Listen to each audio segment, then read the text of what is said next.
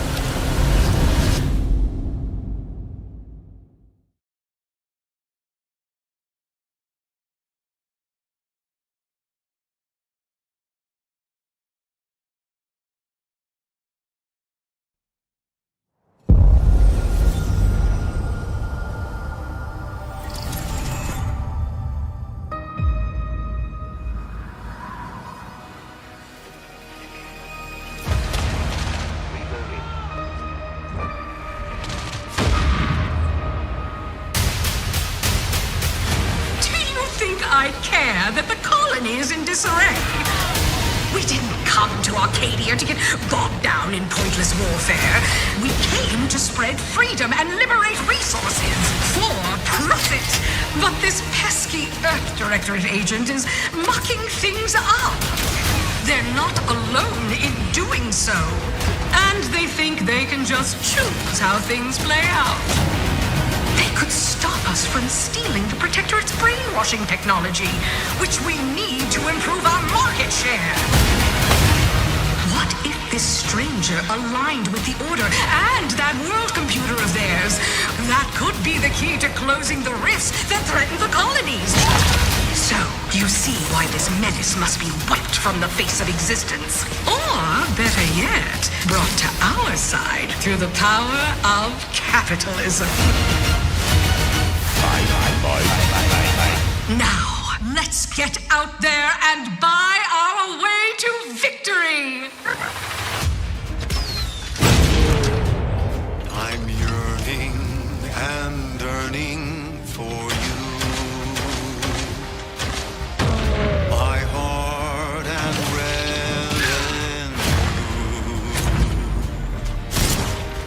Every last bit of my wage, every last bit that I'm paid, every last bit that I save is intended for you.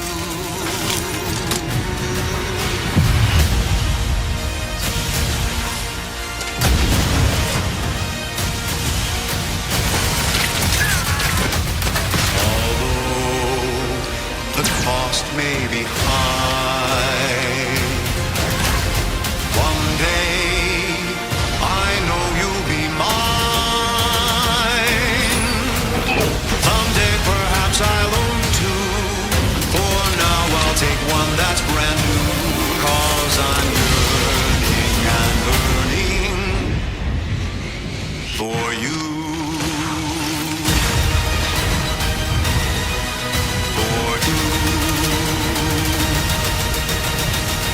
An adventure made for capitalism by capitalism. Inflate our impressions and egos by staying tuned after the showcase.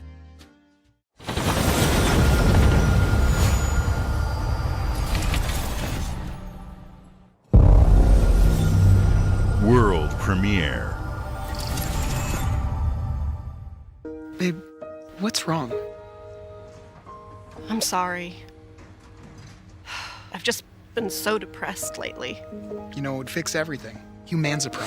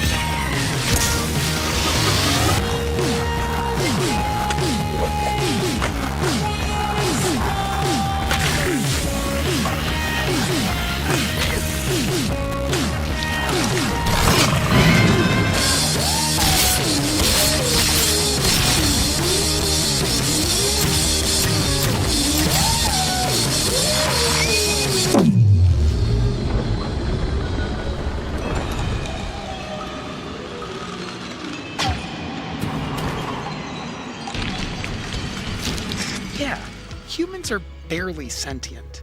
Scientists have done studies, and their brains are like half the size of ours.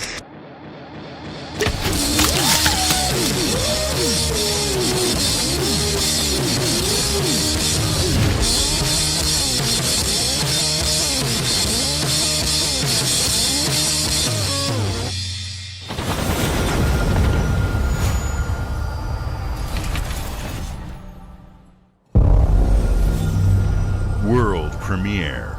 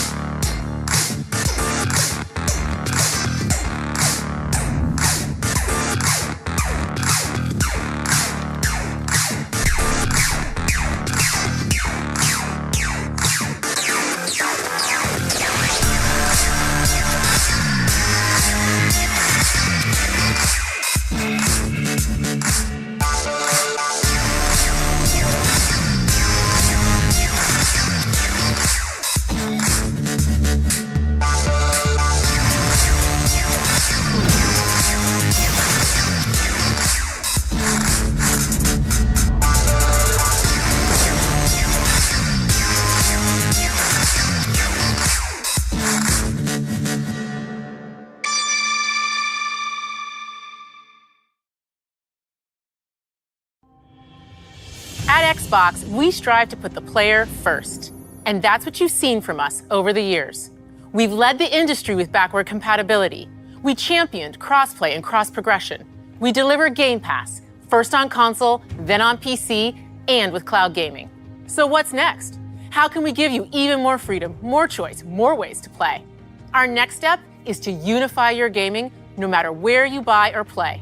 So we're building an Xbox experience designed for players, not locked to a single store or tied to one device. The Xbox Ally is an Xbox you can hold in your hands, bringing together the power of Xbox and the freedom of Windows. On this Xbox, you can play games across your entire library, including all the Windows PC game stores, from Xbox and Battle.net to Steam, GOG, and Ubisoft Connect. And the highly anticipated Hollow Knight Silksong will be available at launch and in Game Pass when the Ally releases later this year. In fact, every new game you see in today's show will be playable on the Xbox Ally. We have always wanted you to have the unique experience of Xbox on any screen. That's why we're investing in Xbox Play Anywhere. Whether you're playing on console, PC, smart TV, or any Windows handheld like the new Xbox Ally, the Xbox experience roams with you. Your library, progression, friends, and achievements. There are over 1,000 Xbox Play Anywhere games on Xbox today.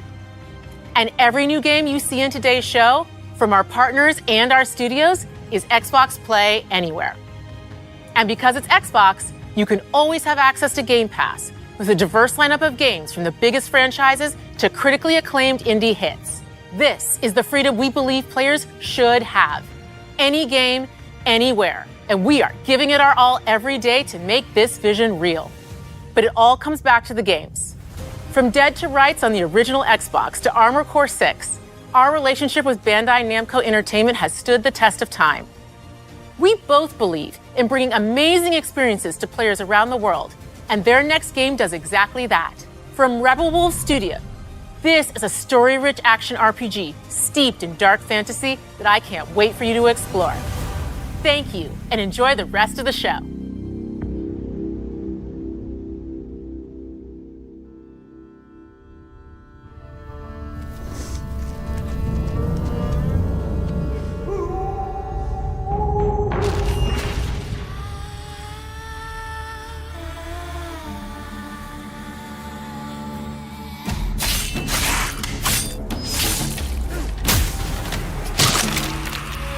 Monsters have always been here,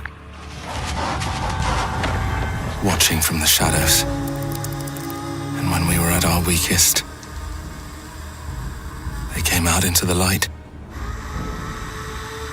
We feared for our lives, but we should have feared for our souls instead. The vampires didn't come to kill us.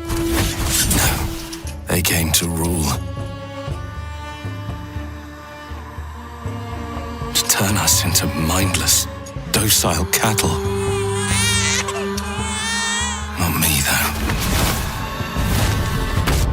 They tried to change me into one of them. But I became something else instead.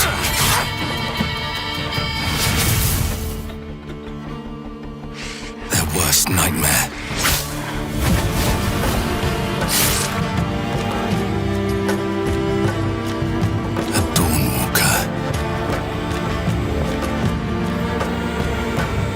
Trapped between the two worlds, fighting to even the score, fighting to understand the evil behind it all. He is out there watching, seeping into you, growing.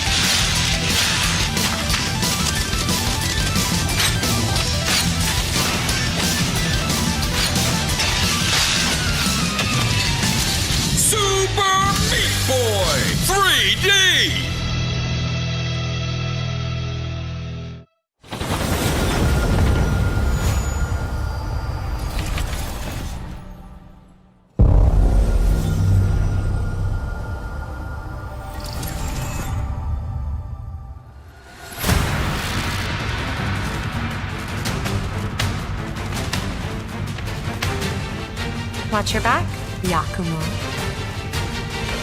You're a wanted criminal now. I'll kill the Dark Dragon myself. It's my mission. My duty as a Raven Ninja.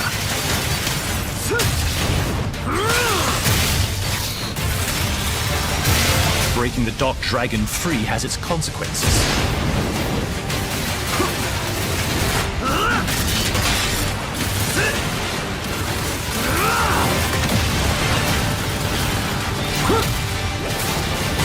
This is it.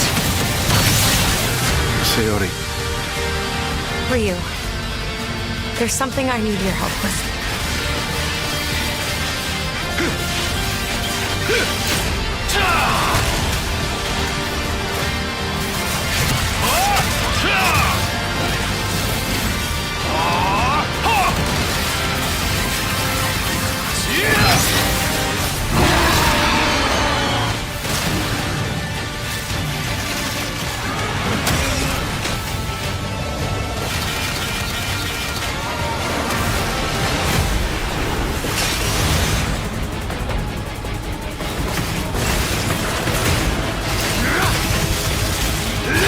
The Dark Dragon is mine.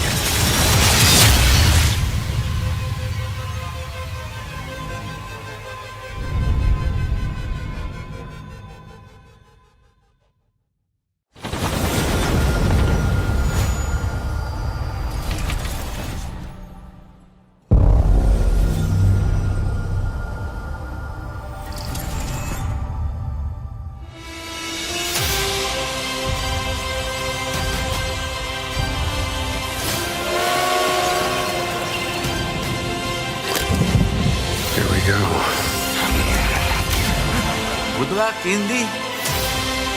What are you doing, Jones? Are you crazy?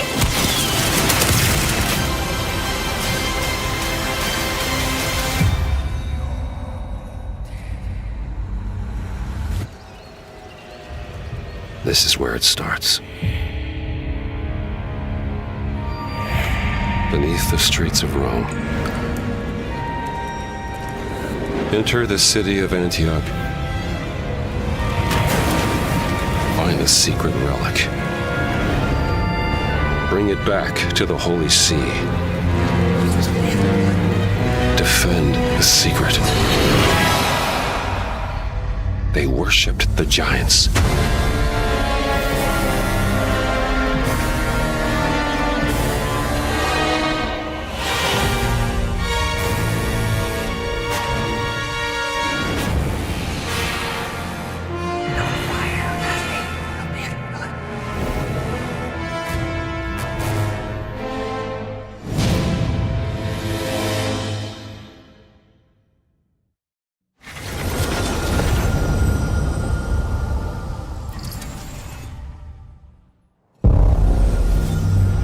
World premiere.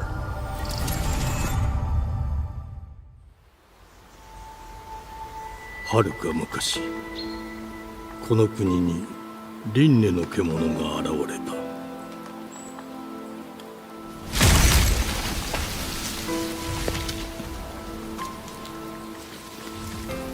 輪廻の獣は汚れを吐き、あらゆる生物を蝕んだ。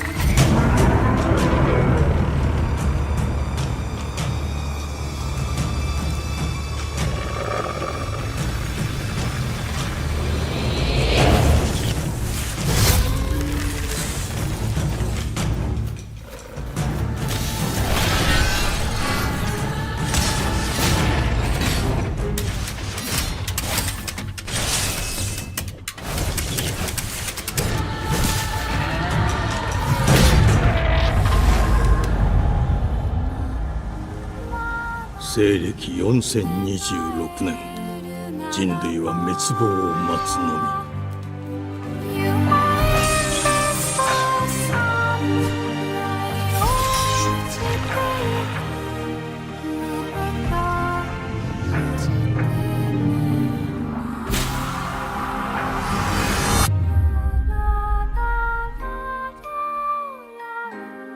封じ子エマ、お前こそが輪廻の獣を滅ぼす刃となる。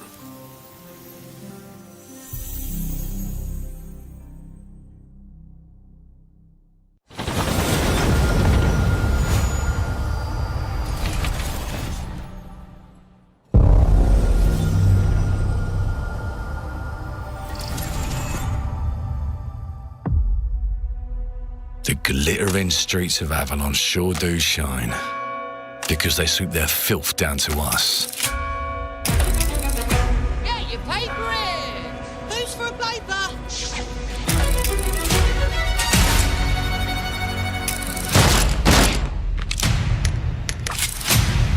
Here's to playing in the mud.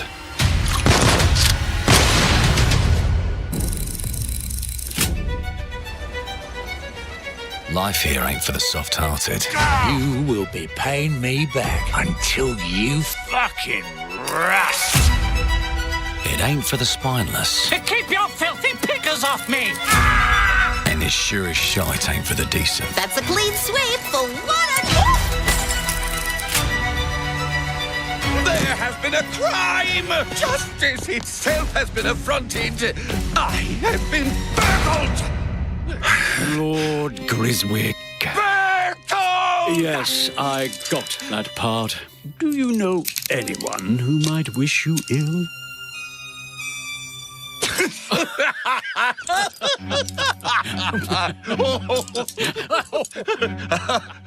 We can't arrest and question everyone.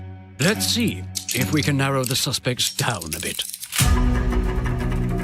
They were, Trust your instincts, sir. tall, Yes, sir. built rather slim, well, muscular. Mm-hmm. Was very quick, agile. Go on. With a mustache. No, larger. I see. Quite fashionable. That's the fiend who robbed me. They got my good side this time. Breaking in is the easy part. Your brandy, sir. Getting away with it is the real trick. These candlesticks ain't gold. Worthless and dull, just like you. Nah, I have a customer. How can I help you? I'd rather talk to you, Errol. Sounds like I'll get a better deal. You talk to me first, and him never. Got it? Uncle's a bit touchy, ain't he, Errol? Touchy? I say I'm touchy! There. Anything else you'd care to say to Errol? Brains. If I hadn't seen it with my own eyes, I wouldn't have believed it. Round here, it's all sharp edges, empty pockets, and blood on the cobbles. Goodbye, Silas. No, no! I'll hurt you, you fucking meatsack! I'll leave you with a pissing pan of peaches! You'd either got a gang at your back, or a knife in it. We're family here. Family takes care of its own. Can't put a price on that, can you? Them's in charge. They don't keep order. They keep power. Take this thing into the crucible and melt it. They just want us beaten, broken, and too scared to fight back. I don't want to kill him! That's why it pays to be clever and well-armed.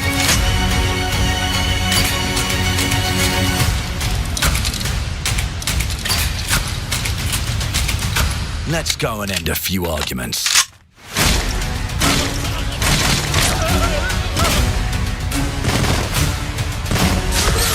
Don't get cocky. They've got a weapon far worse. Time. And if they can rewrite history, they can rewrite us. But look who just found Mummy's keys. Now I can fiddle with time. Put the bullet back in the barrel. Bring the chaos to a crawl. Take a mistake and make it like it never happened. We can change the world as we know it. One choice at a time. And I can even go back and change the past to change the future. And let me tell you, the hunters don't like it when the rabbits got the gun.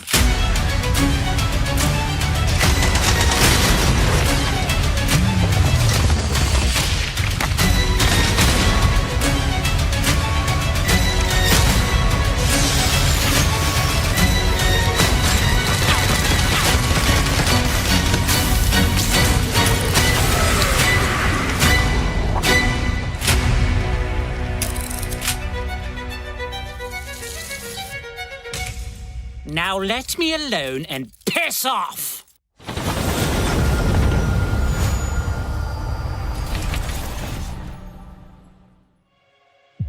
Our creative teams are dedicated to bringing players award-winning, record-breaking, critically acclaimed games. Call of Duty, Black Ops 6 from Activision, Doom, The Dark Ages from Bethesda, Diablo 4, Vessel of Hatred from Blizzard, and Avowed from Xbox Game Studios. All of our teams across Xbox First Party are shipping their most played games ever, and they're also delivering more content than ever before. From original single-player experiences to vast online worlds, our teams are empowered to build the games they've always dreamed of. We want our players to have the choice and flexibility of where and how they play the games our teams make. So of course, our games will be available day one in Game Pass, and every new game we make for both Xbox consoles and PC will be Xbox Play Anywhere. On behalf of our creative teams, thank you. These experiences don't stop when you put down the controller. As you've seen in recent years, more and more of our characters, stories, and worlds are expanding to brand new audiences through TV and film. A Minecraft movie and the Fallout TV series broke records and brought millions of players into the game. We have more projects in the works as gaming continues to influence film and television like never before. When it comes to growing new franchises, Obsidian is having a year like no other. From launching a blockbuster new game like Avowed to the upcoming release of The Outer Worlds 2 this October. Obsidian is always delivering great games, and they have a third game launching this year. You'll get to go deeper on it in our Direct, but until then, let's take a look.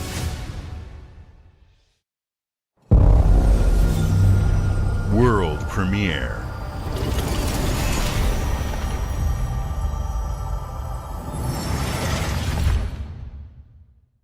I told you, you can't run from me, you foul beast! No!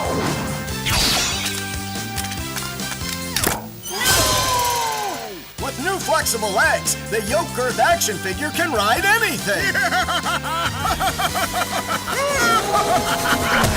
Breaking news. There's been an explosion at Brook Hollow Park. Chaos descended on a ceremony commemorating the 2-year anniversary of when 4 teenagers were miniaturized against their will and left to fight for their survival in the backyard of a deranged scientist. Formerly evil company Ominent Practical Technologies was set to dedicate a statue of the 4 teenagers, fast food science robot Burgle, and Dr. Tully when an explosion erupted. Dr. Tully and the teenagers' current whereabouts are also unknown.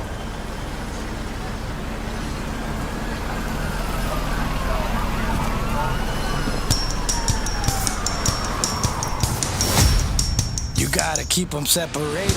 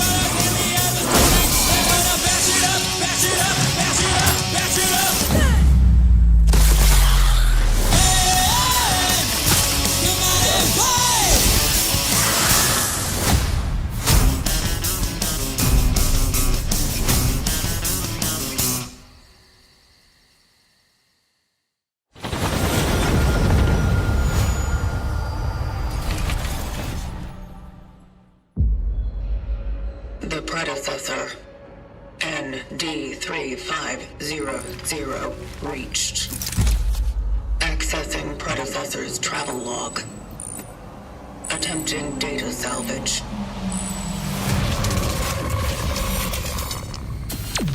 I have encountered an unprecedented orphan. It was in a state of suppressed recomposition. The behavior pattern of the orphans populating the area is highly unusual.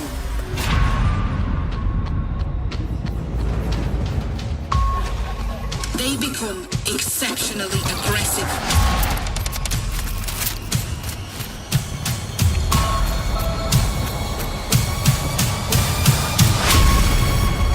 It is highly recommended to proceed with caution.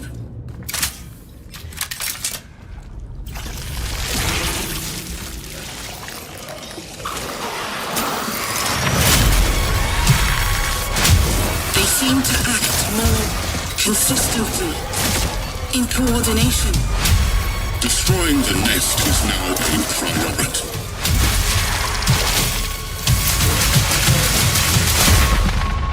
Such is our calling.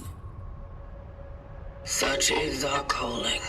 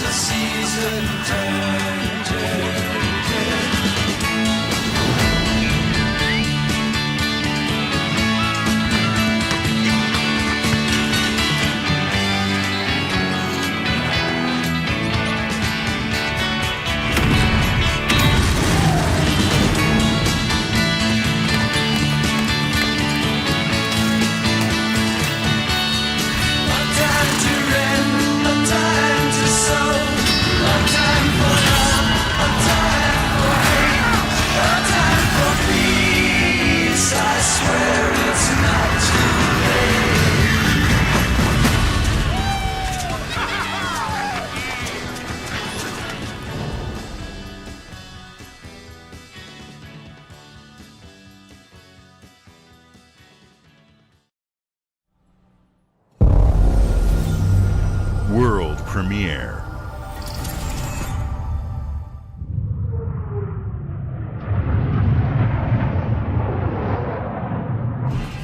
Mayday! Mayday! Hold one to mission control. We're falling!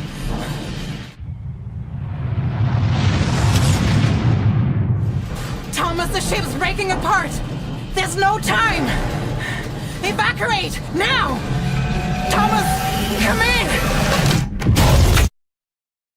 Ariane, you sacrificed everything for a new world, to save mankind.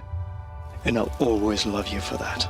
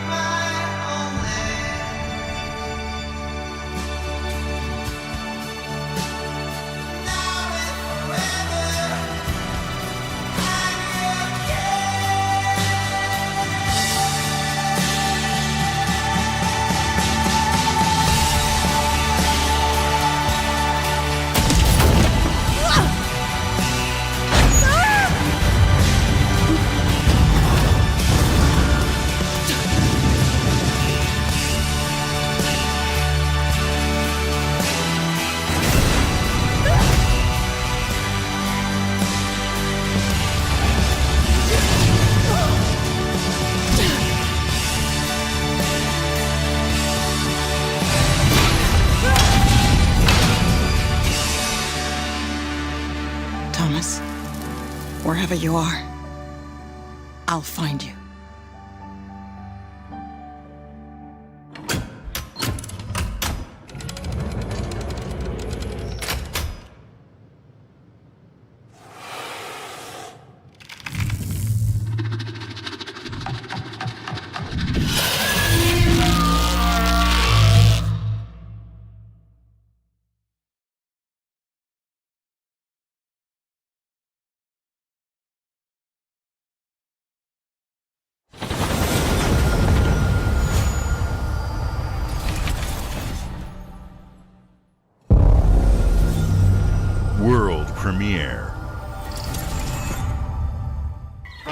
to England, Mr. David.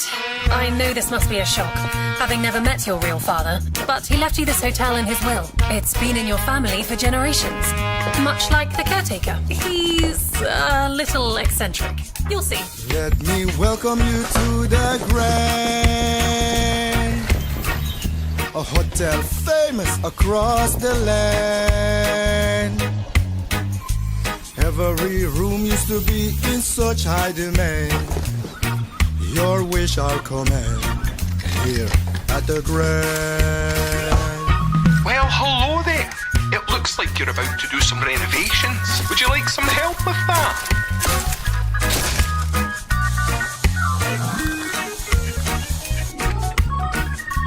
So, my father was renovating the hotel when he disappeared? Not just the hotel. He was helping the entire village. You have his power tools. You know, you could pick up where he left off. You seem like a good man, like he was. I'm in. They don't suspect a thing. Just make sure the locals don't get wind of what you're really up to. Because if they find out, they will Wickerman your ass. You keep looking into things, and things are gonna start looking back. Don't make the same mistake your father made. In this place, the only one you can really trust is me.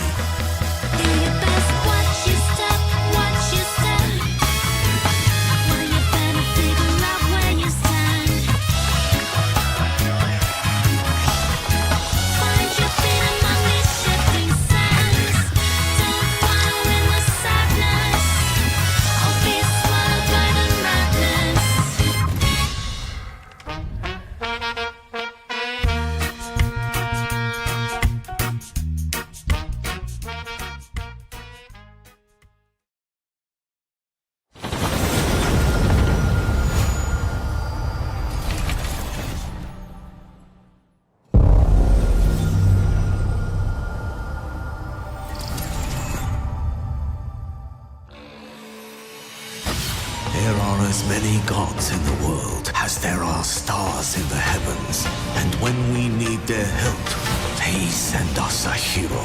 Who would have guessed the defender of my homeland would be my daughter? She unlocked the heavenly spear, but is she worthy?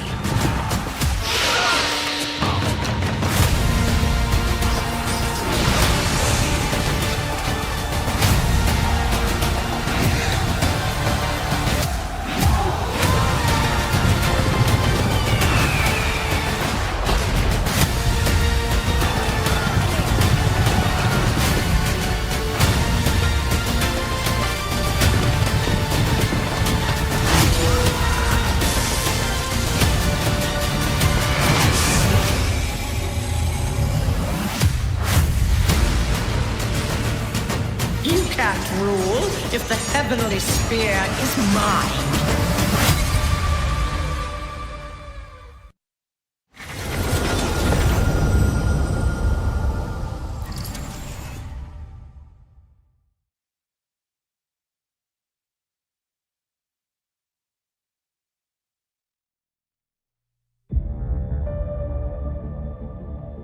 주권 국가의 자주적 결정을 누가 허락하는가? 만약 이 결정이 패권 국가의 특정 정치 집단의 이익을 저해한다면 당신의 특정 행동이 대중의 의사결정에 영향을 미칠 수 있으며 반대로 누군가는 당신의 의사결정에 영향을 주려 한다는 것을 인지할 때 자신만의 온전한 입장을 세울 수 있지 않을까? 당신의 입장은 온전한 본인의 판단인가? 그렇게 믿고 있거나 믿고 싶을 뿐.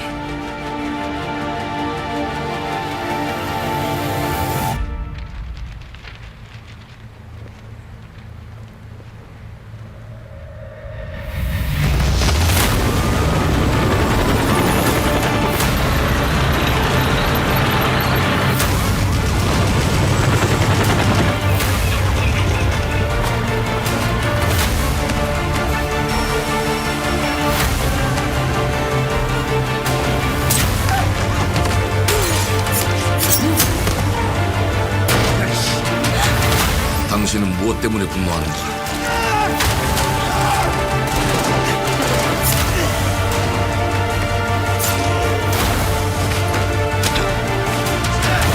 당신의 분노는 스스로 결정한 것인가?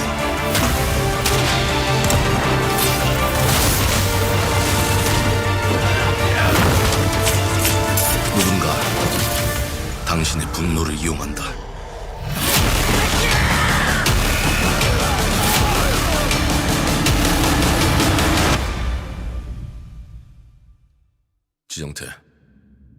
지정태!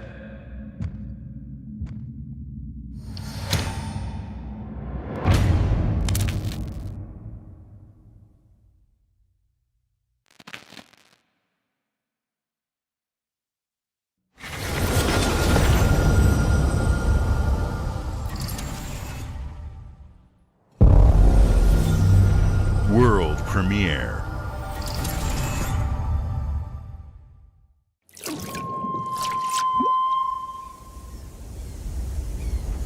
E ora olaiem loite fativi. Novo. Ilo? Te kemaite mana. Muite unanite waeora. Dia. Novo tua libemo iwalotaname. Ona otalima di efema. Teonami.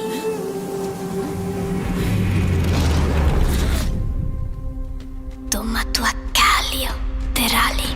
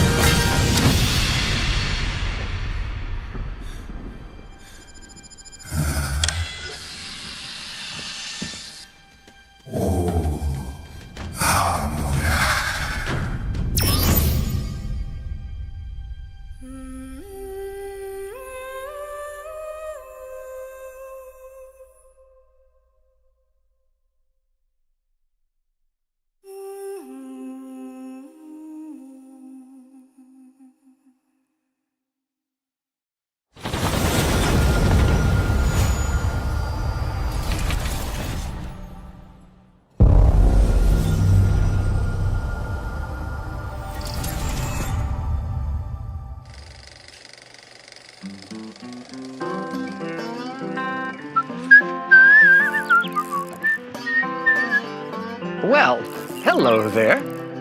Beautiful day to relax by the old fishing hole, wouldn't you say? When it comes to fishing, Appalachia is a land aswim with opportunity. Yes, you'll find fish of all flavors in every walk of waterway, from its mightiest of rivers to its humblest of ponds. Just step up to the bank, cast your line, and when your bobber starts bobbing, reel in the rewards. What do you got on there, Jed? Worms! And how are they biting today? See for yourself. Bagging the big fish starts with finding the right tools for the job. There are as many unique combinations of rods, reels, bobbers, and baits as there are fish in the sea. And when you've caught your fill, pop over to the local tackle shop to swap fish tails. Can you smell that? No matter what troubles plague the future wastelands of Appalachia, you can always find comfort in cozy little joys like this. You just gotta know where to look. Vault Life is your ticket to easy living. Design and build your own little slice of paradise. A place to show off all the bits and bobs you collect in your travels. Got a green thumb? Plant your own peaceful vegetable garden. And nothing warms the heart like a neighborhood cookout. Community makes a wasteland a waste home. Join today, and tomorrow you'll be kicking back and sharing a meal with friends in beautiful Appalachia.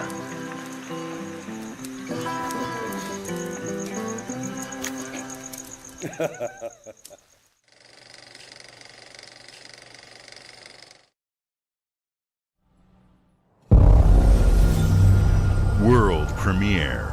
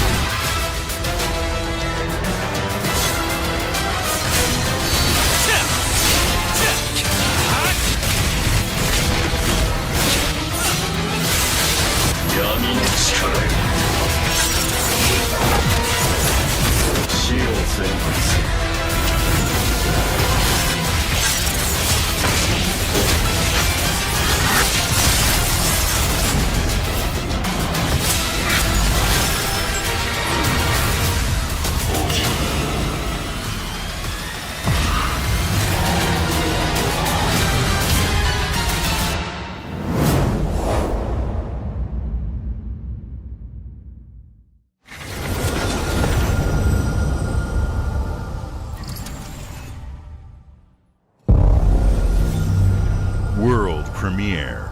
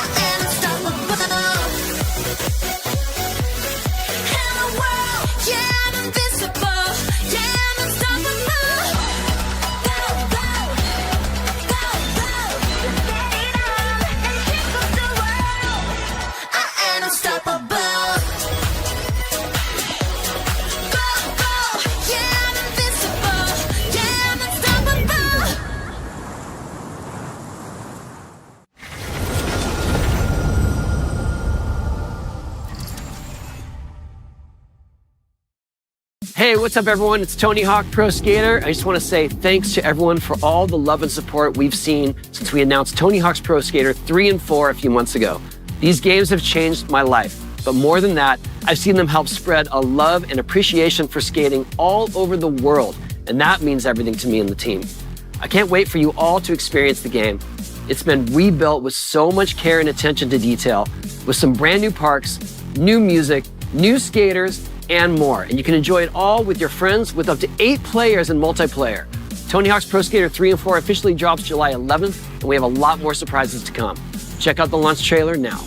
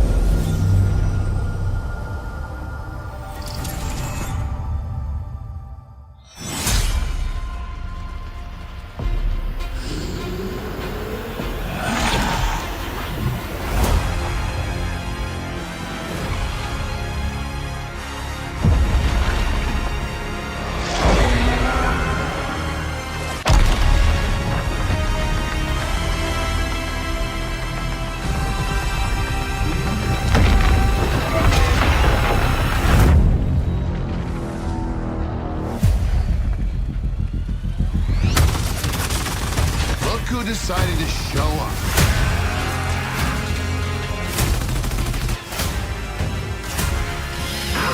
It's game time, baby! You think you can still find your way back home, Phoenix?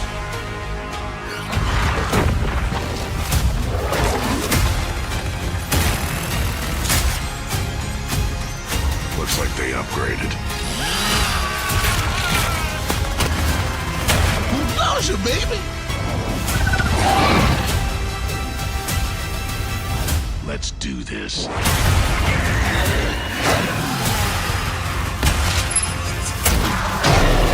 This is gonna be awesome.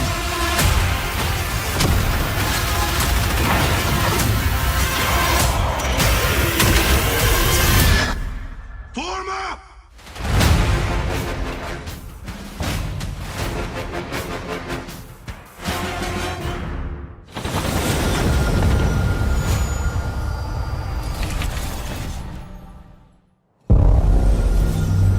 World premiere.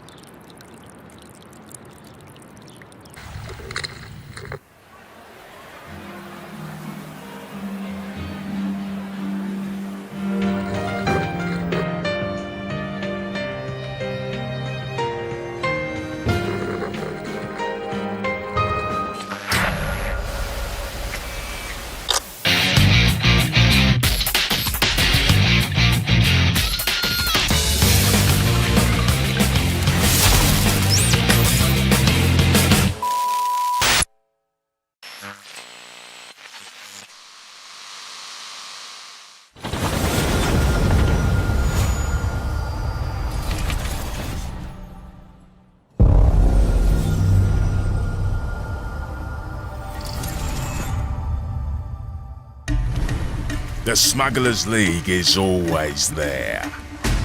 But you won't see us. You won't hear us. And the only way you'd ever know it is if that's what we wanted. As smugglers, we deal in the goods others are afraid to handle. Guns, explosives. And don't forget the rum. It's a life of danger like no other. So I guess my question is, can you handle that?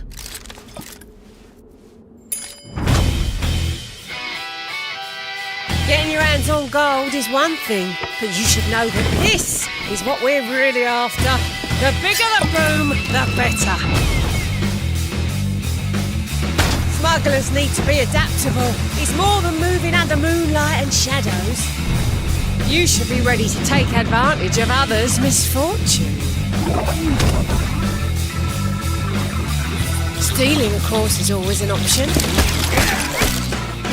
Just do whatever it takes to get the job done. You are pirates, after all. Welcome, my friends, to the Smugglers League.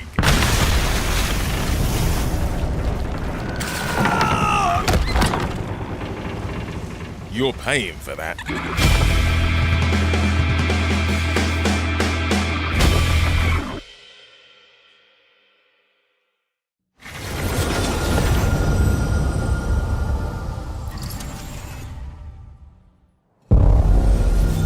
World premiere. Hope you're not in a hurry because northbound is backed up all the way to 18th Street. And the southbound ain't looking much better. So you might This is ridiculous. Please, come on. Are you one of them? You're here for the track.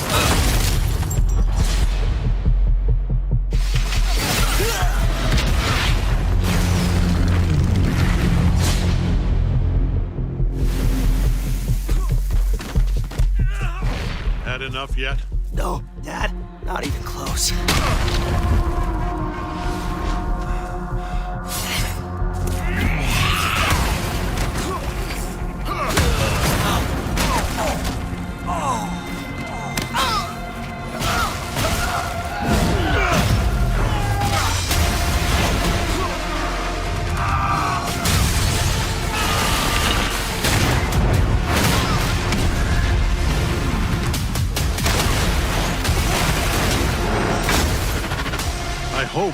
you'd understand why I had to do this. Accept our rule or die.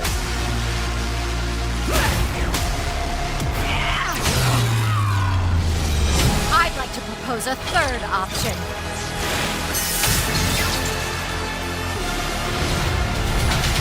I'm not your son anymore! I'm the guy who's going to throw you off this planet for good.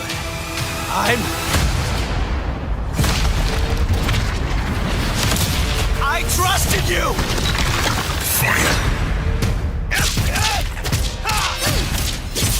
Back off! Ready to bleed? This is over!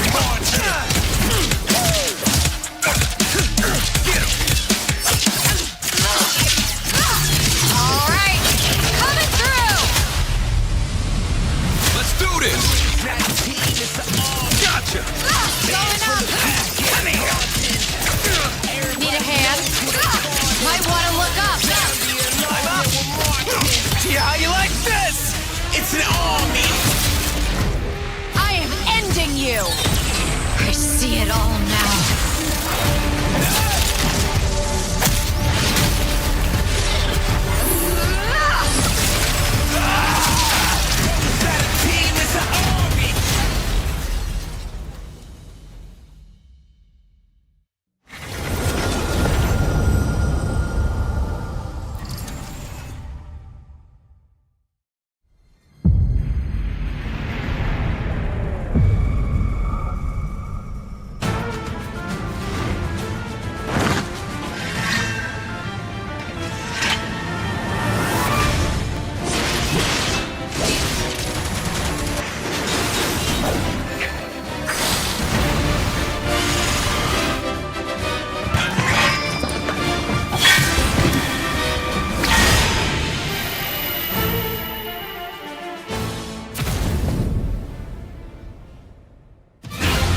To even the odds. Any objections? Know your place, little lamb. There's no one to save you now. You will answer for what you've done! Our flames are our own, and they burn as one! Come to me, Ifrit!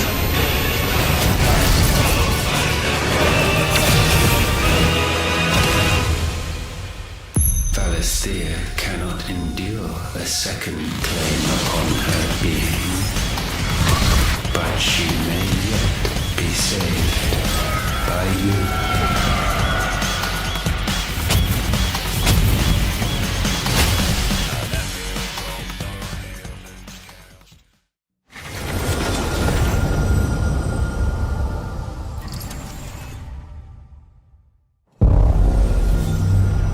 World premiere.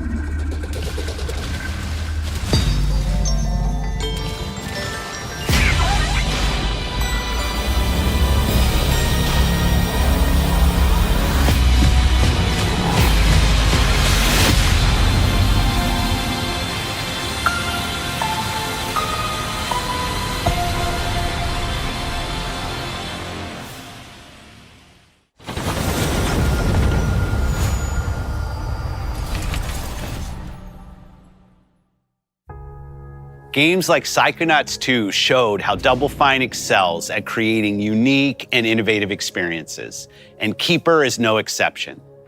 Looking ahead, next year marks 25 years of Xbox. It's a big milestone for the platform and franchises that you helped build and make popular. We couldn't have done this without everyone who's been with us on this journey. As we think about bringing a new generation of players to these iconic franchises, I'm excited to share that players will get to celebrate 25 years of Xbox with a new Fable, the next Forza, Gears of War E-Day, and the return of a classic that's been with us since the beginning. Today, you've seen an incredible range of games from creators across the globe. Creators like In Exile, reaching for new heights with Clockwork Revolution. Sluggerfly, making Team Meat's modern classic platformer into 3D. Square Enix, bringing more of the critically acclaimed Final Fantasy franchise to our players. And Team Ninja, returning to the beloved series they debuted on Xbox.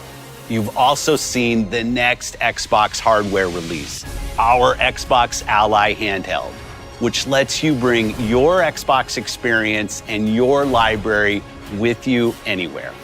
I hope you enjoyed the breadth and depth of the games, updates, and experiences that are coming to Xbox from our partners and our own creative teams. We're seeing more players on our platform and in our games than ever, thanks to all of you. We're proud of the creativity that Obsidian is delivering this year.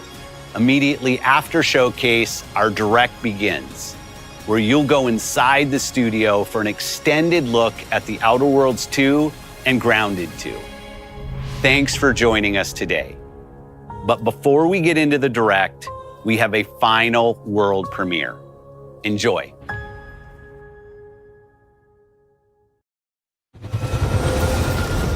World premiere.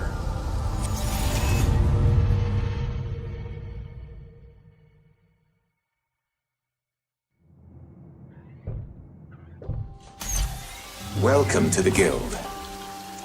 We have been expecting you. Please, follow me. You already know us as a global tech leader. Our software, our systems, combined with our skilled team, is designed to save lives.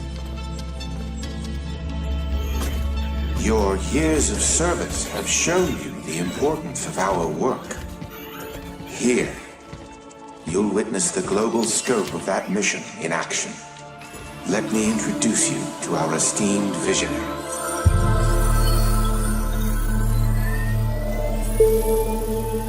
For too long, we have been bound by outdated systems, accepting limitations instead of redefining them. The Guild is safeguarding tomorrow, now. We are pioneering the future of protection worldwide. Our advancements are designed to elevate everyday life, reshaping the future of technology on a global scale.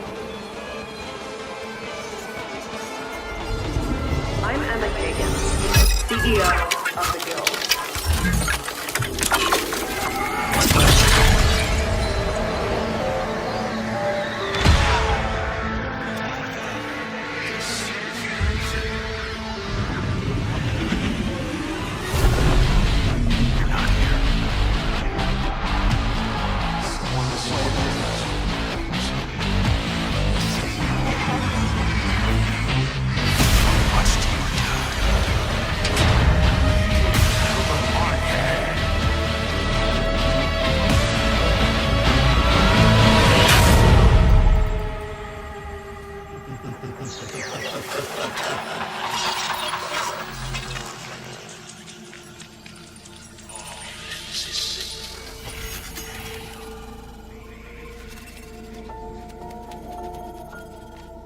Fear is a powerful thing. David Mason.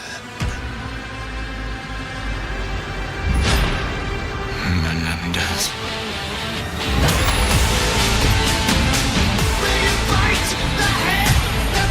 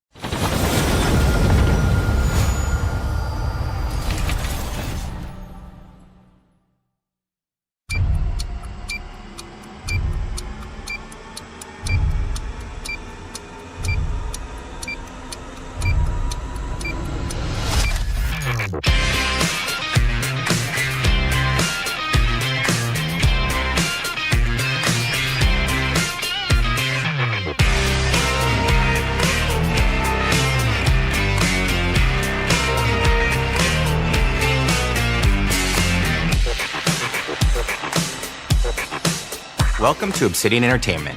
We here at the studio have joked around that this has been the year of Obsidian, with Avowed releasing early this year and now ending the year with 2 more games. And what better way to cap this incredible year for us than by doing what our studio does best, sequels.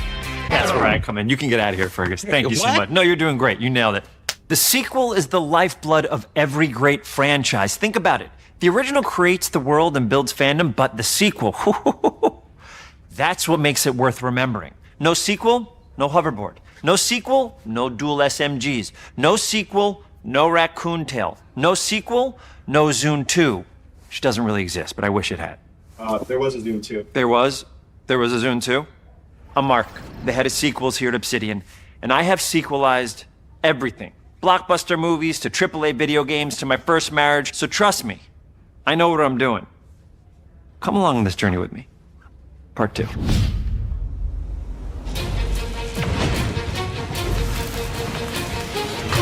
Let the killing commence.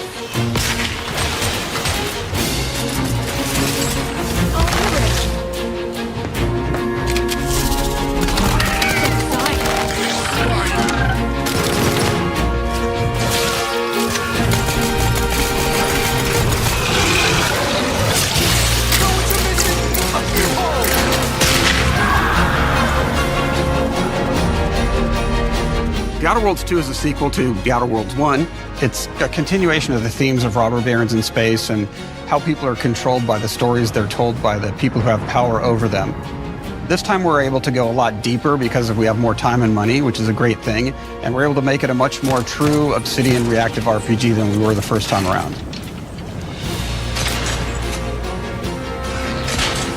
So we're going deeper and more complex with everything for this sequel. Deeper story, lore, RPG interactions, reactivity, all the things we've been known for as a company. It's really a complete realization of everything people want from an Obsidian game. Surprisingly, this is the first time in over 25 years that I've had the chance to do a full sequel for a world that I helped co-create. It's really just a fantastic opportunity to explore and expand the universe in interesting ways, and to go even further with the themes of how people are affected by living in a dystopian corporate reality. You can shoot your way through it, you can talk your way through it, you can sneak your way through it. And so no matter what kind of playstyle that you like, this is just an awesome franchise and an awesome game to jump into, even if it's your first one. The first Outer Worlds was a great base to start from, as it has all the elements of a great Obsidian RPG. Interesting characters, deep worlds, important choices. In the Outer Worlds 2, not only did we want to double down on those elements, but we wanted to give players even more of it. We've also put a lot of investment into skills and traits that impact things like combat, conversations, and areas that we call RPG interactions, which are the part of the world where players can use their specific skills, perks, and backgrounds to solve problems in unique ways in our new, bigger worlds.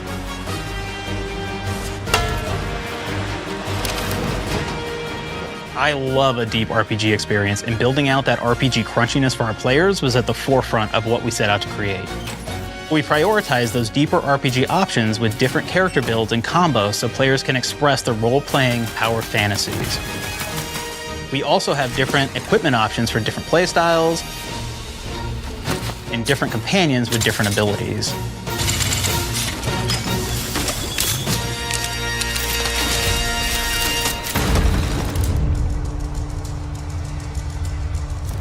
In the first Outer Worlds, you start off as the Stranger, which was basically a blank slate to build on top of with various attribute points that would begin to define your personal experience in the game. You can make any kind of character you want, but we've given you a role. That role is an Earth Directorate agent. You can think of them as kind of like space cowboys or space sky marshals. They're the good guys that go into places and kind of fix everything that's wrong. You're gonna be one of those. But we don't tell you why you joined the Earth Directorate. There could have been a lot of different reasons, right? It could have been because you're an actual lawbringer and you want to go in there and spread law throughout the galaxy. It could be that you're a roustabout and you just had nothing better to do. After you pick your background, one of the really important choices you have next is choosing your traits. While we had attributes in the first Outer Worlds, we've leaned into traits for the Outer Worlds 2, which are these big changes to your character depending on which ones you pick. So it could be something like Brilliant, where you can tag extra skills and you start getting extra skill points. And that's obviously really great if that's how you want to build your character. You can also go and do something like Lucky, where you get extra critical chance, and you also get a lot of really cool options throughout the game as well. Of course, we brought back dumb, so players love the dumb option. Tell me, do you believe in signs?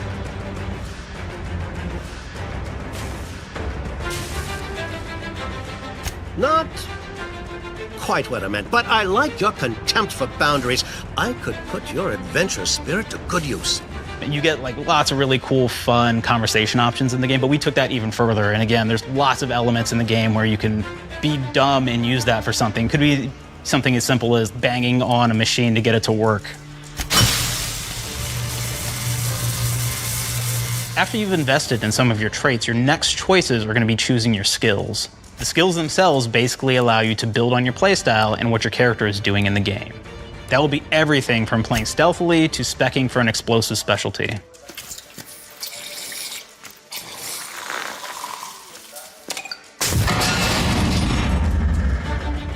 Throughout your entire journey, your character continues to change with the different choices you make. In the Outer Worlds 1, actually had more skills than we have, so we condensed them down to really the core and essence of what we really wanted there. But we made each point that you put into a skill much more impactful. So instead of getting small percentage changes, we actually did much larger changes per point that you put into each skill. And again, all these things, because of how they're checked inside the world itself, can matter quite a bit. You know, just even having one additional skill point in something can open up a lot more options in the world itself. If anybody's played Fallout New Vegas, they'll be very familiar with like the perk system. We basically borrowed that, but went even grander. We actually have more perks than Fallout New Vegas did. But here's the cool thing, right? We check and use perks for literally everything, right? So you can do everything from, hey, I want to make a stealthy build that steals stuff and is really good at that.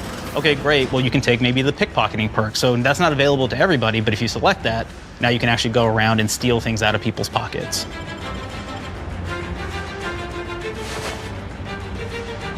There's another perk called heavy-handed, right? Where say you're a melee person, what this does is now your power attacks that you use actually knock people down.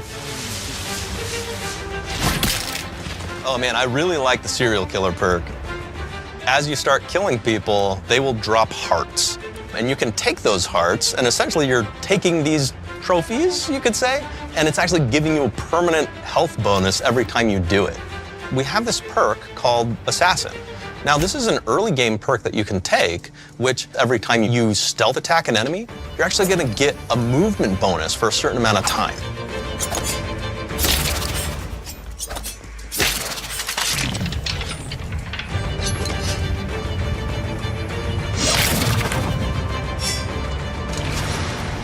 Flaws were a system that everybody loved from the first game, but we wanted to make it more personal to the player. We wanted it to really reflect how you were playing the game and give you a bonus that you actually wanted to really engage with. With the flaw system returning, we knew we needed to go bigger, better, and more real than ever before. So we turned to the team. I told them, no bad ideas. Give me what you got. Okay, we need more flaws. We need them to be real. I want to put them in the game, so give me something. Inspiration. What's wrong with you? Oh, I have bad knees. You have bad knees? They hurt when you walk a lot? Yes. When you walk too much, they hurt? No cartilage.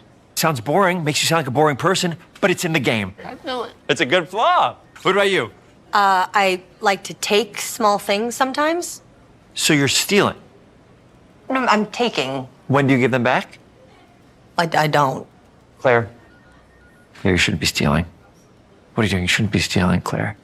Tiny crimes. Tiny crimes? Do you hear the second part, though? It's a crime. Well, You're stealing. Claire, that's wrong. You can't steal things, okay? But it's an amazing flaw, and I'm putting it in the game. But you're a bad person. And are you the one that took my stapler? do you need it? Yeah. Give it back. Okay. Please. You, what do we got? Flaw. I like to stare at the sun. How long did you stare at the sun? Just lunch break. An hour? Oh, I only get 30. You guys get an hour? I get an hour. An hour. Oh. Makes me feel energized. How many fingers am I holding up? 3. No. Anything else? We'll put it in the game. We'll put it in the game because I feel bad for you. Anything else? One of my favorite flaws is something called bad knees. It will actually give you the option to take this flaw that'll make it so that you move faster throughout the game. But the problem is, anytime you stand up, your knees are going to make a loud popping noise that makes it so that, well, everyone around you is going to hear you. There's one called Kleptomaniac. This is really interesting because what it does is when you steal something, you can actually sell it for more bits than normal. And like that sounds really great. The drawback is sometimes when you're looking at things in the world that are owned by somebody else, you'll automatically steal them. So you have to be very careful about how you use them. One of our more wacky perks is the Sun Gazer Flaw, and it just gives everyone cataracts while playing their game. So everything becomes like light shafts and blooms and hazes and makes the game pretty unplayable if you happen to choose that perk. If you happen to be the type of player that habitually reloads your weapons like I do, well, you'll be offered the flaw of overprepared. Now, you'll get larger magazine sizes on all of your weapons, but if you ever fully empty your magazine, you're gonna take a debuff for a while. While we support options like being a gunslinger who wants to key into destructive weapons, or a rogue who wants to alpha strike their enemies before they know what hit them, we also allow for a lot of fun and experimental builds. You can be a mad scientist who utilizes gadgets and wacky science weapons and armors, or even a psychopath who gains permanent bonuses to health by murdering their friends. Nothing shows the impact of these character build options better than, in my opinion, the bridge area, which has a quest you get early on in Paradise Island.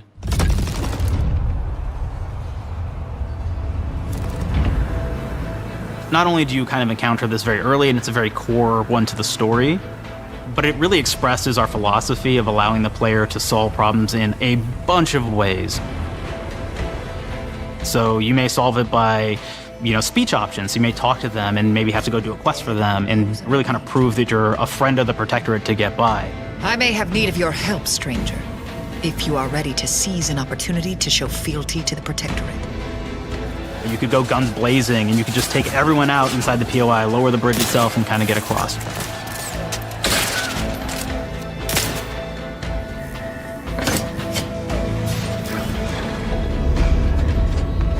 You could sneak in, lower the bridge, and then actually sneak in under the bridge to get over to the other side.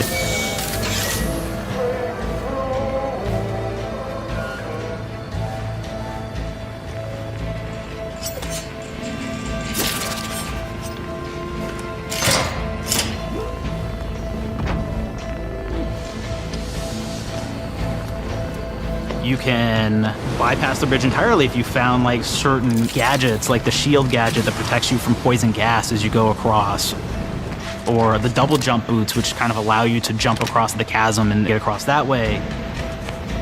There's even a really kind of messed up way, right? Which is players can actually sacrifice one of their companions. The companion who they just found is part of.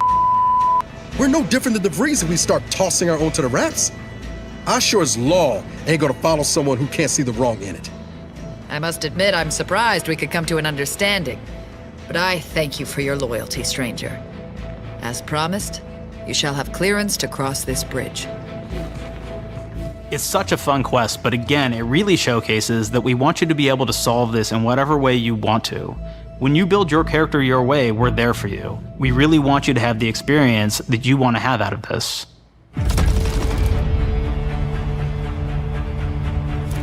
From the very beginning of our discussions about the Outer Worlds, we really knew we wanted every game to take place in a different colony. This lets us expand on all aspects of the universe. Every colony can be its own thing with its own flavor, and we can center them around anything we want. Any ideas or setting we're interested in. Arcadia is an isolated colony with abundant resources, and it's run by an authoritarian faction called the Protectorate. Their dictatorship is thematically based around the question of how much freedom people will give up for security and luxury. For Protectorate subjects, unfortunately, that answer is everything. The Protectorate is also incredibly wealthy because it was founded by the inventor of the skip drives, which are the Outer World's faster-than-light engines. But those skip drives are starting to cause rifts in space-time, which are cutting off all the other colonies on Earth from being able to trade with each other. The Order of the Ascendant is an offshoot of the Order of Scientific Inquiry from the original game, and like them are a science-based religion with the same goal of solving the universal equation, which will allow them to predict and alter the future to the benefit of all mankind. They used to be part of the Protectorate, but they split off to focus on solving the equation for the good of everyone, not as a way to simply control the masses. The player's been sent to Arcadia as an Earth Directorate agent to find out how the skip drives are causing the rifts and what can be done to stop them. Each of the factions have their own solutions to the rift problem and their own goals. The Protectorate wants to close them to protect their legacy as the inventor of the drives and their wealth. The Order wants to close them not only for the good of everyone, but also because they're complicating the math they're using to solve the universal equation. And Antes just wants to be able to open and close them at will to control all the trade routes between the colonies. In addition to expanding the themes and lore of the Outer Worlds, we're also expanding the humor, so each faction has its own flavor of absurdity. Anti's Choice is a merger between Anti-Cleo and Spacer's Choice from the original game, and there are corporate representatives in the Outer Worlds too. They've invaded Arcadia to liberate their resources for all of humanity, at a profit, of course. One of my favorite things from Fallout New Vegas is the radio system. It was just iconic for me, and I wanted to make sure that the Outer Worlds 2 had that. So we actually built out 3 different radio stations, one for each of the major factions. You also have a ton of music. Each station might have, like, I think 20 tracks of unique music that we've made for it. It's a lot of stuff. But the really cool part about this entire thing is that we actually put a lot of reactivity into the radio. So it will respond to the things that are going on around the world that you've been interacting with. So if you go into a location, let's say you solve a problem for the Protectorate folks, if you listen to the Protectorate radio station, they're going to be cheering you on as a hero. Wonderful news, everyone. The Zeranium gas leaks at the Automech repair facility, strongly believed to be caused by Anti's Choice malefactors, have been corrected. Some hotshot for hire just managed to fix the electrum leak in their repair facility. Now, I'm not saying we caused it in the first place, but we sure like the idea of all those broken auto mechanicals and all the excessive gasping and choking involved. The factions and companions are great examples of how we're going deeper and more complex this time around. They're integrated into the game's storyline much more than we did on the first Outer Worlds, and like with everything else in the game, they have a lot more reactivity. There are 6 companions in the Outer Worlds too. As usual, each has their own quest lines, but this time they are also connected to a different faction and have character arcs that the player can affect through their choices. Your first companion is Niles. He's another Earth Directorate agent like you, and he's looking for your help to decide whether he wants to become an even better agent or to turn his back on the Earth Directorate completely. There's also a somewhat cute Automech support drone that is basically Niles' helper. Her name is Val. Marisol is part of the Order of the Ascendant, and she's an aging but still deadly assassin. That's right, she's a deadly mathematician who may or may not have some unfinished business to attend to with the player's help. There's also a cultist named Azza, who is part of a sub-faction that worships the rifts, and in her case, violence in general. You can choose to either turn her away from overt violence or support her chaotic and dangerous tendencies. At one time, Anti's Choice had a program to graft soldiers with animal parts to make them more formidable. Unfortunately, it didn't quite work, and most of them are now dead. There's a combat medic who survived, however, named Inez, and she wants the player to help her fix her graft, among other things. Finally, there's Tristan. He's a Protectorate Arbiter who is judge, jury, and executioner all rolled into one heavily armored package. It is your choice to either help him judge wrongdoers or show him what true justice looks like. We definitely have reactivity in the game based on how you've been treating your companions. I won't reveal the end of the game, but let's say if you have not been treating them well, you will find out at the end of the game what that means. Companions are a very, very important part of merchandising, because that's the real beauty of the sequel. We're talking merch, baby. It is the lifeblood. It is what fuels us. Do you want to see some of my ideas? Hop, hop. Check this out. Gen Alpha loves body pillows, especially ones that look like human beings for some reason, right? Who needs a significant other when you could have a knife-wielding space psycho up in your sheets, huh? What do they do with them when they get them, huh? Maybe a little napping, maybe a little snuggling, maybe a little nut. The visuals of the first Outer Worlds depicted a frontier colony in space. The Outer Worlds 2 is driven by an invasion of the Arcadia colony system by Anti's Choice, which shifts the visuals to be more reminiscent of a World War I-like setting in space. That evolution is seen across all aspects of the game, starting with the factions. How do you militarize everything, including extreme capitalists or math-crazed scientists? In a World War I setting, war comes with propaganda. The Sovereign uses it to maintain control, Anti's Choice uses it to help their bottom line. The Order just wants to show how it exists within the grand plan. We want players to feel like Arcadia is a living, breathing place scarred by a long-standing war.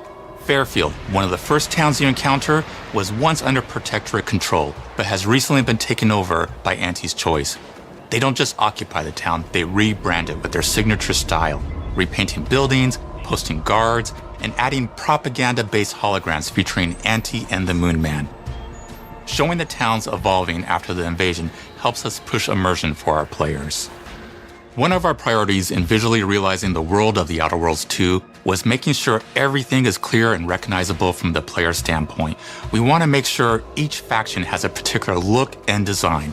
So when the player is running across these vast, different environments and landscapes, they're recognizing the motifs and visuals of who they're talking to, what they're going to be talking about, and how that progresses throughout the story.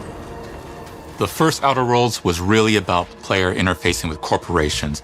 And while we have that in The Outer Worlds 2, we really want to express not just the corporations, but how the player interacts with other facets of the world, like government entities or religious structures. And then we elaborate on those. With larger environments, we wanted to encourage exploration by improving player mobility across the board. Now you can run, slide, double jump, mantle, and parkour your way through all of the nooks and crannies of these worlds. It really allows the player to just explore and have fun finding really cool stuff.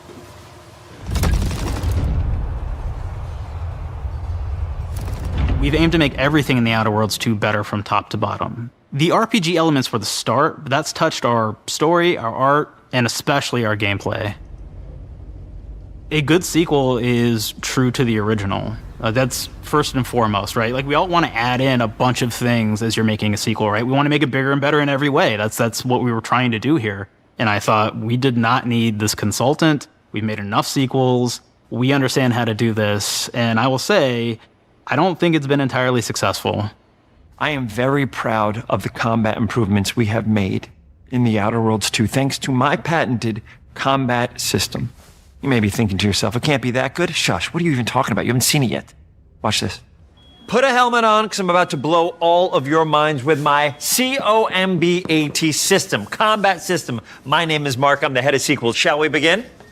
You're thinking, what's C for? C. Capitalize the fact that the people loved the first game. We're going to take those people, we're going to make them buy the sequel, giving out pounds, pounds, pounds. Quick ones, ha, ha, not you, Dev. Here we go. What comes after C?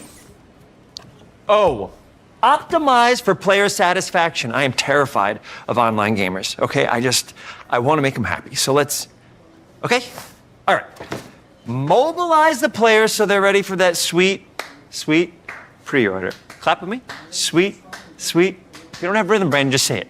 Sweet, sweet pre-order. Everybody has a different rhythm, and it's blowing mine. And here we go.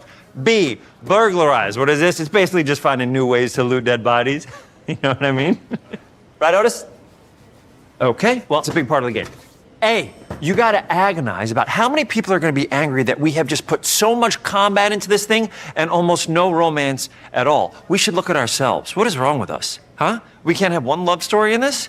How many people have been in love? Raise your hands. Raise your hand if you're in love. Okay, are you lying? I have a wife. Put your hand down. T, toi. In French, that means two, sequel. I think that means 3. Okay, you're getting ahead of yourself. Come on, Claire. We're on 2. And how do we end it? Anything is possible. And we've established that we're the best there is, and there's no sequel better than us. And if I could just say one more thing, thank you very much. I know I've kind of changed the world of video games today. For The Outer Worlds 2, we wanted to improve gunplay in every way. We focused on improving the feel of each weapon, the way a weapon snaps into ADS, the way recoil feels when firing, and how impactful our sound effects really sell the weapon's fantasy, to things like how unique reload animation can add a lot of character to each weapon. We've increased the variety of weapons by including new weapon types, but also through a host of fun and unique weaponry. We have things like the Bourse Blaster that fires out tumors that can explode like grenades, or can even be eaten by the player for additional health. We have a weapon called Rookie's Reward that will actually level up the more you use it throughout the game. And every time it levels up, it's got fun fanfare where it's like shooting out confetti and it's got a fun little setup. We have a really fun weapon called the Pop-Up Gun. It fires out ad drones that will distract your enemies with corporate ads, slogans, and jingles.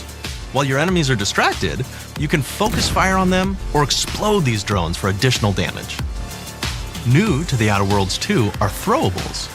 So you can use frag grenades to flush out enemies, smoke grenades to camouflage and escape, distraction devices to bait enemies into a stealth attack,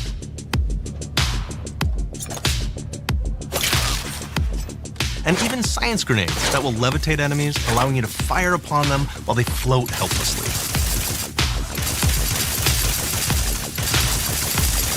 And of course, science weapons are back. We have returning favorites, like the shrink ray.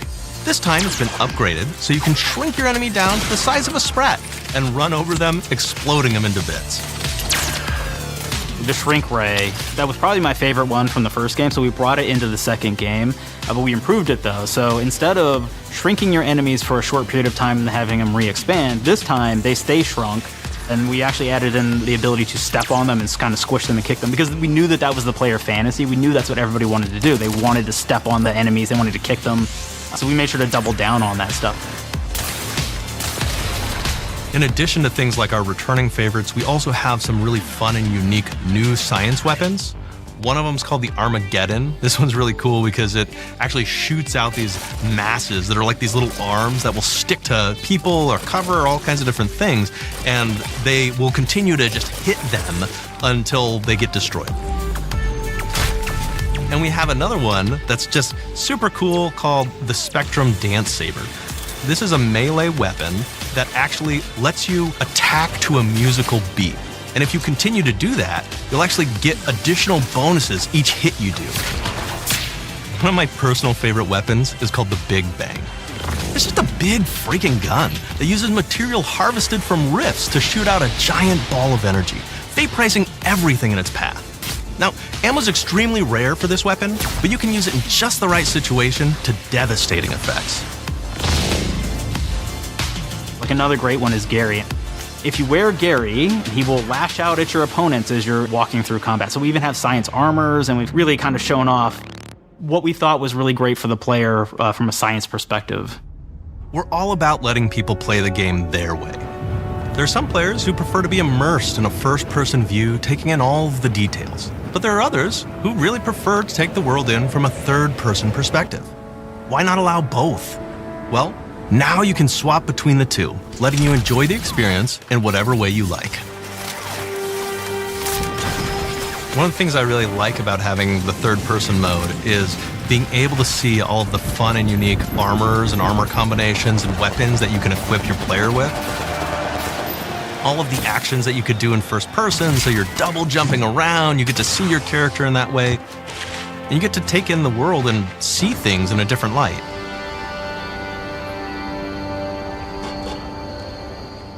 The Outer Worlds 2 is really the biggest game we've ever made. Bigger choices, more reactivity, more weapons, more things to find in each of the worlds the players can visit.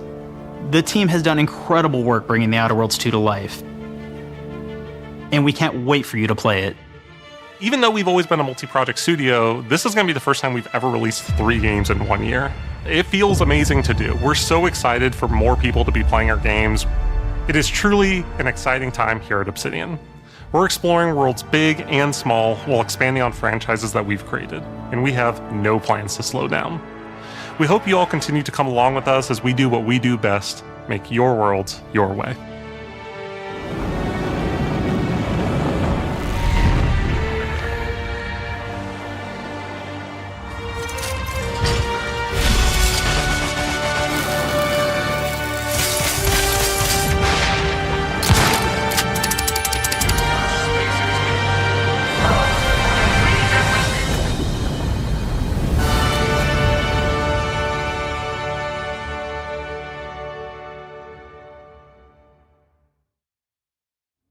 With the Outer Worlds 2, we're all about the best place to play, which is also the promise of Xbox.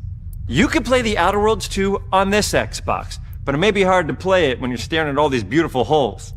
Let's cut that. You can play the Outer Worlds 2 on this Xbox. Oh yeah, now that's Microsoft. Or you can take a phone call on this Xbox, then play the Outer Worlds 2 right after. Excuse me, I'm getting a call. Hello? What am I doing? I'm playing the Outer Worlds... Hello? Yeah, this is Mark. I didn't know I had jury duty today. You could play The Outer Worlds 2 on this Xbox, but it takes 2 people to lug around safely. We're gonna go up to my apartment, okay? And this is an Xbox you actually wear that also plays The Outer Worlds 2. What do you think, Claire? This is amazing. Are you playing? I think so. Fantastic.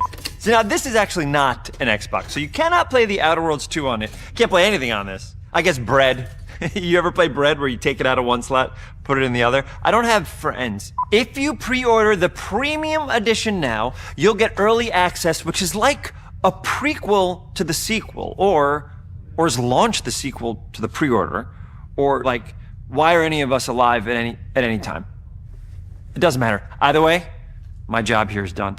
It's time for the Grounded 2 portion of the Direct, which is sort of like the sequel to the Outer Worlds 2 portion of the Direct, which I absolutely just hit a home run with. You know, it's really nice to see my influence go on to other games. Take it away, team.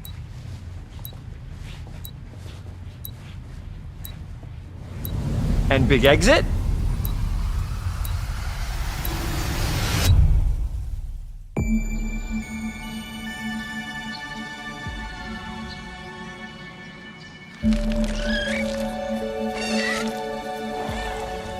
We're so proud of Grounded. What started as a small passion project to make a quirky game where you're shrunk down to the size of an ant, trying to survive in a backyard, grew into something way bigger than we ever imagined. Over 25 million of you jumped in, explored, built, crafted, and fought off giant bugs together. Y'all helped make the entire experience very special to us. The team's been cooking up a ton for Grounded 2, and we're so excited to talk about it.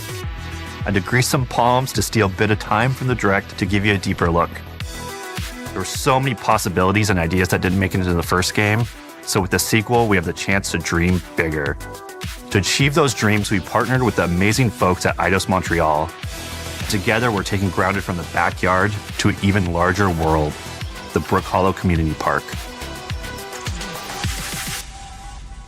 When we started working on Grounded 2, we knew that we wanted to make a bigger world. Fortunately for us, ASUS Montreal became our main partner on developing Grounded 2.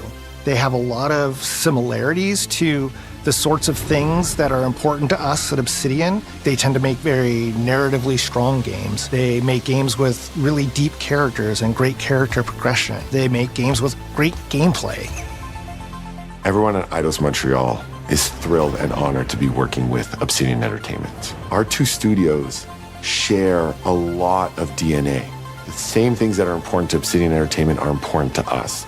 Choice and consequences, player communities, and doing justice to great IPs and great franchises. The fact that we're the first partners that they're working with to make a sequel to their franchise feels like we're an important part of their history.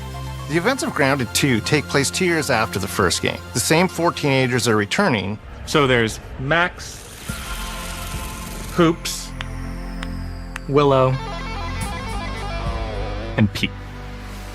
They're a couple years older, which means they've gone through a bit more high school, a bit more mature.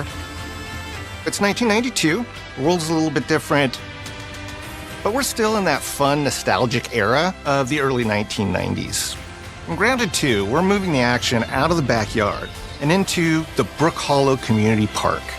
Not only is it bigger, it allows us to tell a lot more stories and expand the world of Grounded by exploring what the community of Brook Hollow has been up to and what they've been through.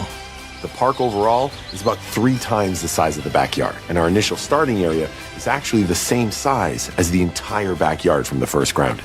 The reason we wanted to move into a park wasn't just to create a bigger world, but was to give us the opportunity to explore the community of Brook Hollow and what secrets have they been hiding. What we love and what we're excited about in terms of the park is the opportunity to create environments and landmarks that are mundane at normal size, but are colossal wonders when you're the size of an ant. Everything from a giant trash can to a community picnic table or a snack bar. All of these areas come to life in a brand new way.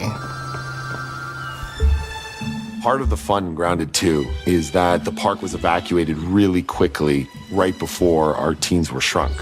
And that means that the park has been sort of turned upside down and is in a topsy-turvy state. And that leads to really fun environmental storytelling, but it also leads into the creation of amazing biomes for our characters to explore. One of my favorite examples of this is the ice cream cart. In all of the commotion, the ice cream vendor's cart has been knocked over and its contents have spilled out into the ground. And what this means for our young adventurers is that they'll be able to explore this frozen cave of interesting challenges and colorful Lovecraftian horror.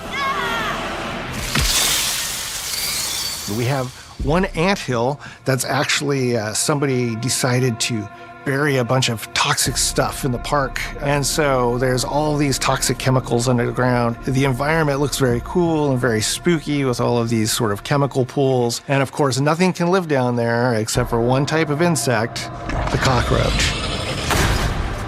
We are oftentimes reinventing environments, and in future updates, you're going to see a ton of new stuff. You do a lot of fighting against insects of all shapes and sizes. We didn't just want it to look better, we also knew we wanted to add a new layer of strategy.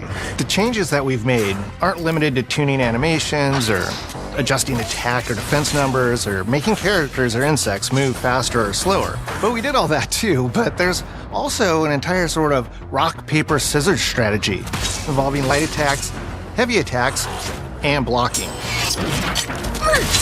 We've also added dashing as a new way to both get out of danger quickly or jump in for a quick attack.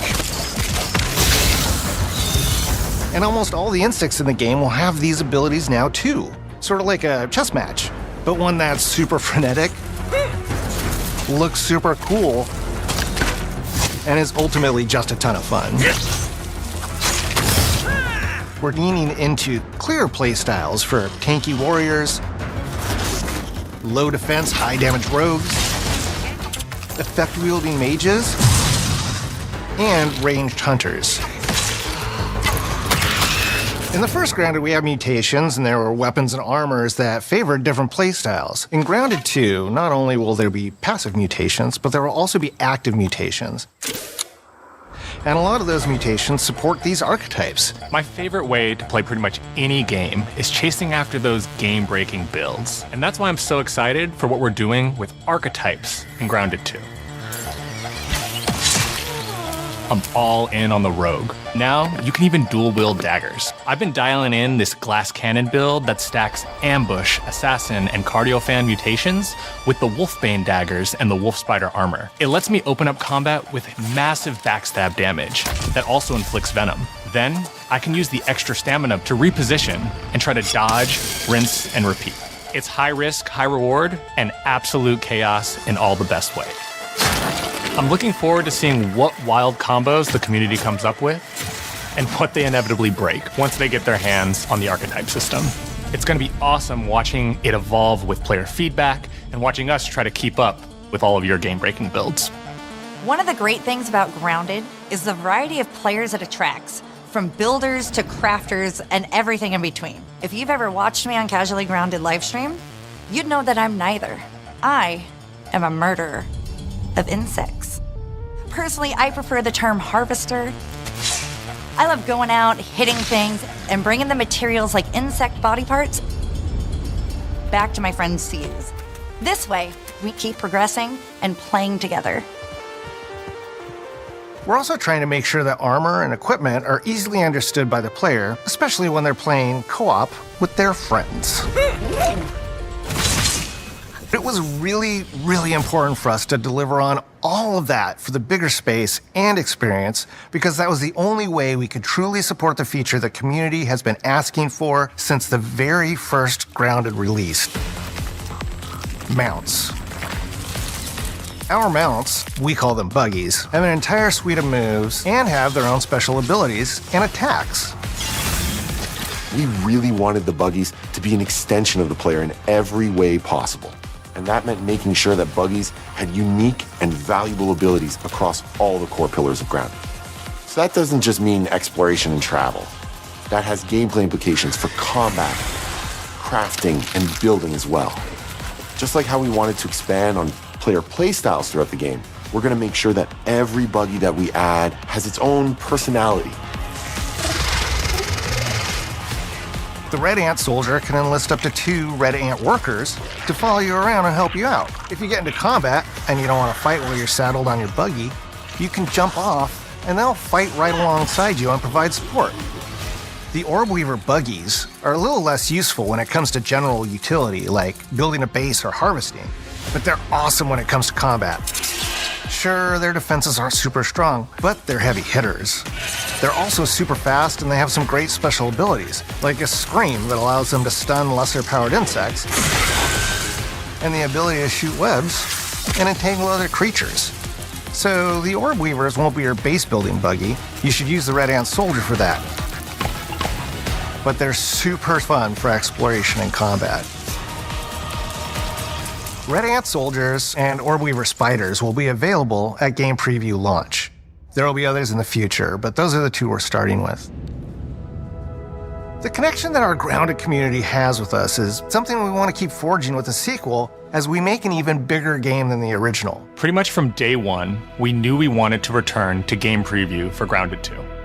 Sure, it comes with some trade-offs, like the game's not done and it's out to the world, but there's so much value in building it alongside the community. Buggies change how you traverse and navigate the park. What we're doing with Grounded 2 is we're actually keeping zip lines held back so we can see how players engage with buggies, and then we can tweak zip lines to bring them back over time to really complement that buggy experience and make exploring the park far more fun. That kind of feedback loop helped shape the original Grounded, and we wanted to shape the design for Brook Hollow Park, archetypes, buggies, all of it. We also learned a lot from that first time around. One thing that stood out immediately, players blaze through our content, especially the story. That makes sense. Story, characters, world building, that's kind of Obsidian's thing. It's the flavor we bring to the survival genre. So this time, we're starting with a much bigger baseline. There's been an explosion at Brook Hollow Park. Chaos descended on a ceremony commemorating the 2-year anniversary of when 4 teenagers were miniaturized against their will. One of our favorite parts of the first game was watching the community uncover clues and spin up theories. This time around, we're leaning even more into that, and we'll be keeping a close eye on what our players discover and how they interpret it. Because you never know what might inspire us as development moves forward. We really started to hit our groove at the end of Grounded 1. We found that being open about what we were planning and then following through was key to building trust with the community. As a small team, we had to experiment with update pacing and scope, and what we found resonated the most with all of you were bigger, beefier updates, even if it took us a little longer to land. So that's the plan. Larger, more complete updates spaced out just enough so we can take your feedback seriously and make every drop count. You can expect in our big updates, new buggies, new biomes, new building pieces, all the good stuff. And we're launching with a public roadmap so everyone knows what to be excited about in the future. All of us at Obsidian Entertainment and IDOS Montreal are super excited about how close we are to letting all of you players get shrunk a second time and explore the all-new park on buggies in Grounded 2. If you're a returning Grounded player, we're really looking forward to you experiencing all the improvements. If this is your first time getting tiny, then all I can tell you is that a world with an entirely new perspective and an entirely new feel awaits you in Brook Hollow Park. It's time to ride together and survive together.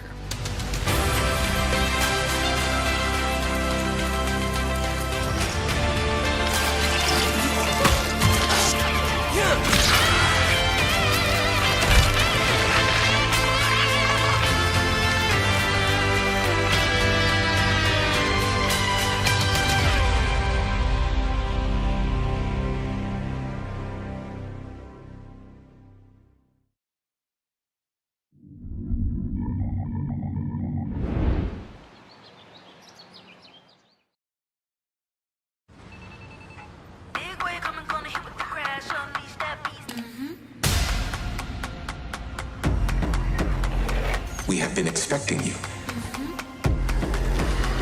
This is where it starts. We can change the world as we know it. Can you handle that? Let's do this. I'm in. I'm here to even the odds. Any objections? Here's to playing in the mud.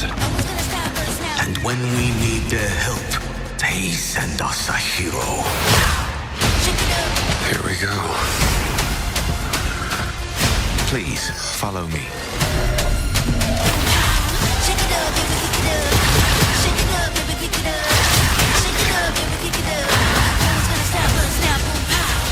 Well, hello there.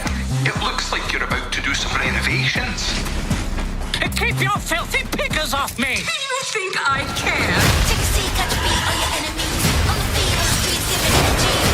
This is gonna be awesome.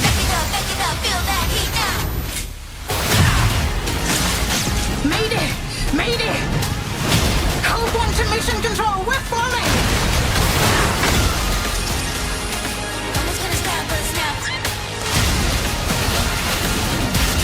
Had enough yet?